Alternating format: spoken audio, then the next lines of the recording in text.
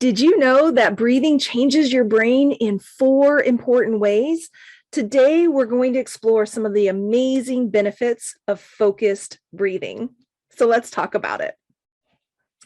Last time we were together, I shared with you a little bit about how diaphragmic breathing activates the vagus nerve. And this serves as a little bit of like a chill out button for your body and for your brain. It really signals that vagus nerve descend messages to the brain that you are safe, that you are okay. And it's like a relaxation button. Now, next time we're together, we're going to really start to dive into some specific breathing strategies. But today I want to expand upon this topic of the benefits of focused breathing. So one of the first ways that focused breathing is going to really support us is by creating less activation in the fear center of the brain. Now, if you've watched this series, I've talked a lot about these different parts of the brain that play a role in activation. And today we're revisiting that a little bit by talking about the amygdala. Okay, so when we are able to decrease activation in this area, we're going to achieve a few things. We're going to reduce reactivity, so that when trauma triggers start to arise, we're able to actually move through that triggering state, come out of activation, and come in to a calm state. It's also going to reduce the stress response in our system. And the other thing that's going to happen is we're going to feel less hypervigilant and less on guard, right? So when that amygdala is pinging, ooh, we are in a full-on fight, flight, freeze state. We're looking around, we're paying attention for feeling like we're in danger, even if it has just been a perceived threat. Okay.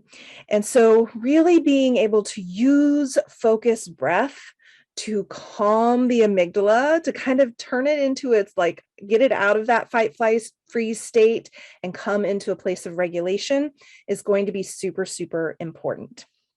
Okay, and what is important here to really think about as well is that we're talking about changing the brain, okay? Not just handling reactivity when it's happening, that's important. But when we keep doing these kinds of processes over and over and over again, we're making our brain stronger. And so our amygdala learns more from these times of like calming down.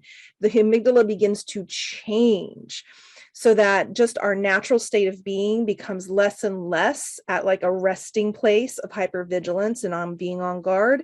And we start to move through the world just from a place of more groundedness and calm.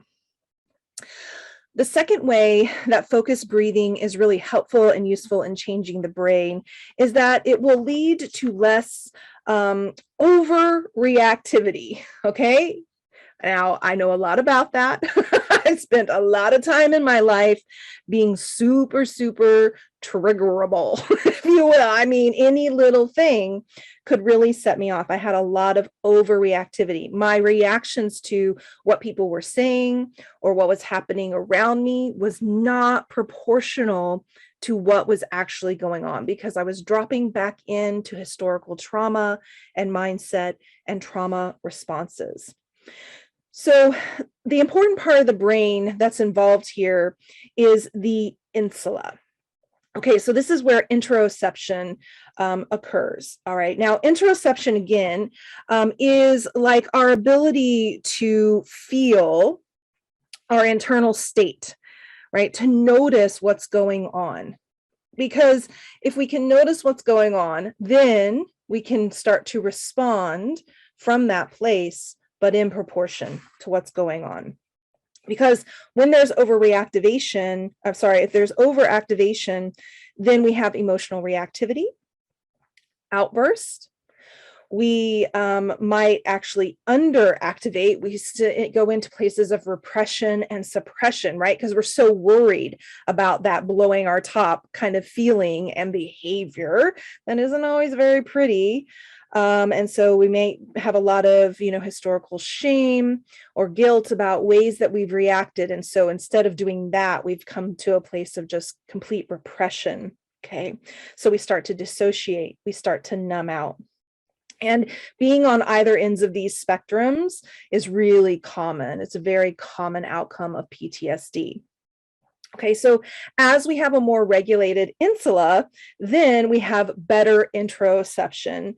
And so we have fewer emotional outbursts and fewer dissociative symptoms. Okay, that's really nice because then we can be present in the world, right?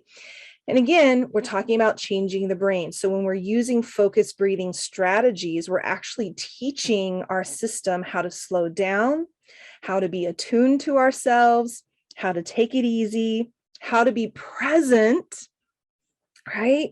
Without getting overwhelmed. Super, super important. Okay.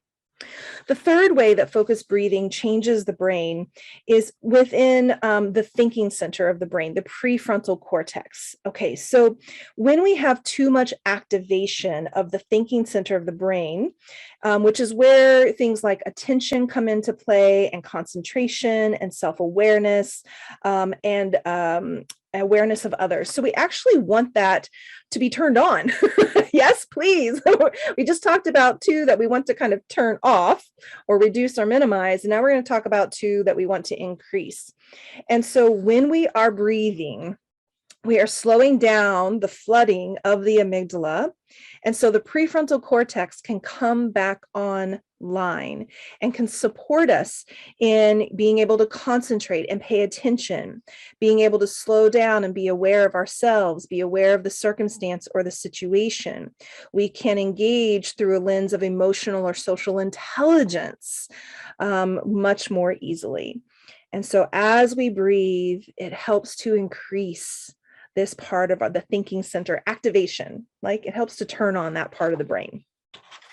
And then the fourth way that focused breathing can really change the brain and support us in our day-to-day is that it leads to an increased activation of the self-regulation center of the brain. This is the cingulate, okay?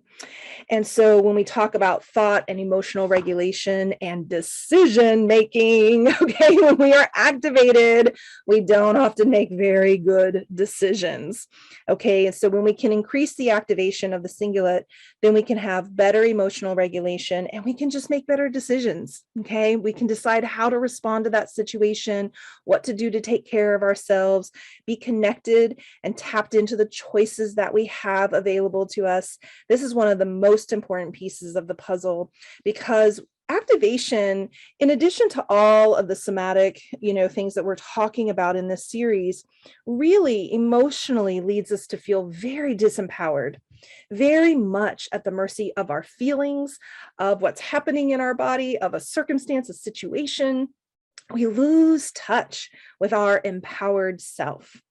And so using focused breathing to decrease activation, decrease overreactivity, increase, problem solving, prefrontal cortex area, and self-regulation is going to really support you in being able to tap into your choices and stay more in your empowered self, which is so, so important.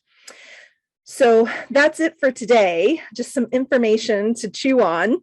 And next time I'm with you, we're going to start to get into some very specific breathing strategies. So stay tuned, come back, check out the next video. And as always, if there's anything I can do to be a support to you in your journey, I'm here, reach out. And until next time, take good care of you.